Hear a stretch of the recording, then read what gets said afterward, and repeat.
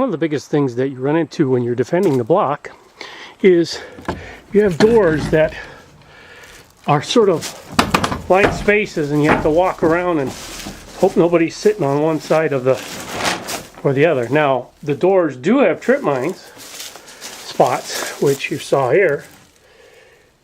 That you can put a trip mine in and go off. But what we've done is on the internal doors, we put a trip mine.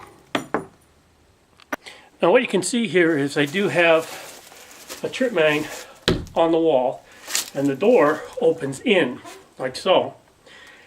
It's this ugly bright cord.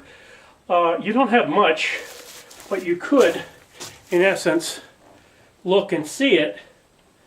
Even if it was on the top, you could look and see it and maybe reach in and disconnect it. Now, if you want to make it so that the guy has no chance to disarm it, just go around here again. Then it makes this really short. They still might be able to see it and reach in if they're on the ball. But of course, you could really be a butt munch and go around here like this. Let's see, tighten this one up and then go around this one, and there is absolutely no cord left, which then right there is when it goes off. Bang, they're just barely opening the door. So we're going to set these off so you get an idea what they look like as I'm coming through.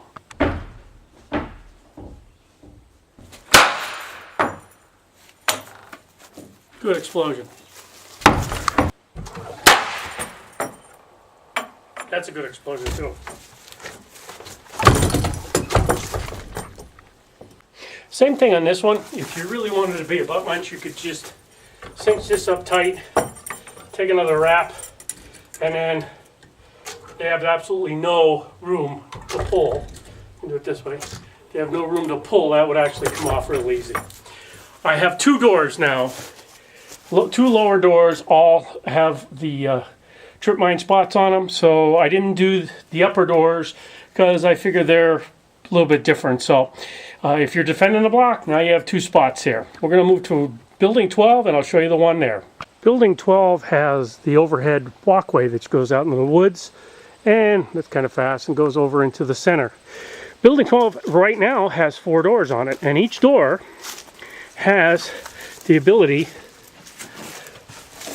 to put trip mines on it. Here's an interior door with a trip mine spot, and Building 12's door on the bottom has a spot for trip mines, and the new lower door now has a spot for trip mines as well.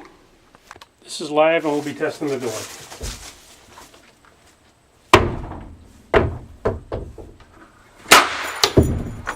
Now that one's got a big long string, and it's like a darker color and it hangs down. They wouldn't see it until they actually started in the door like I just did. Now, of course, you can change it up a little bit. The big thing on this one is that there's a lot of cord and it hangs way down here, and it's this brownish green, which you probably would like not see it right away. But if you wanted to make this really intense, you could shorten this up to the point where it clips back on the ring again, because it's a D-ring, it's not a clip.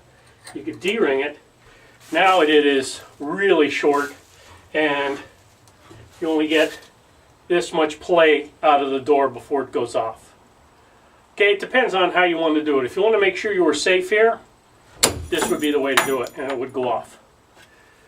One thing to remember too is that you can see this from the window if it was set, so you would know not to come in because that door had a trip mine on. You would go all the way around, and you would also be able to see this door that it had a trip mine or didn't have a trip mine on it. So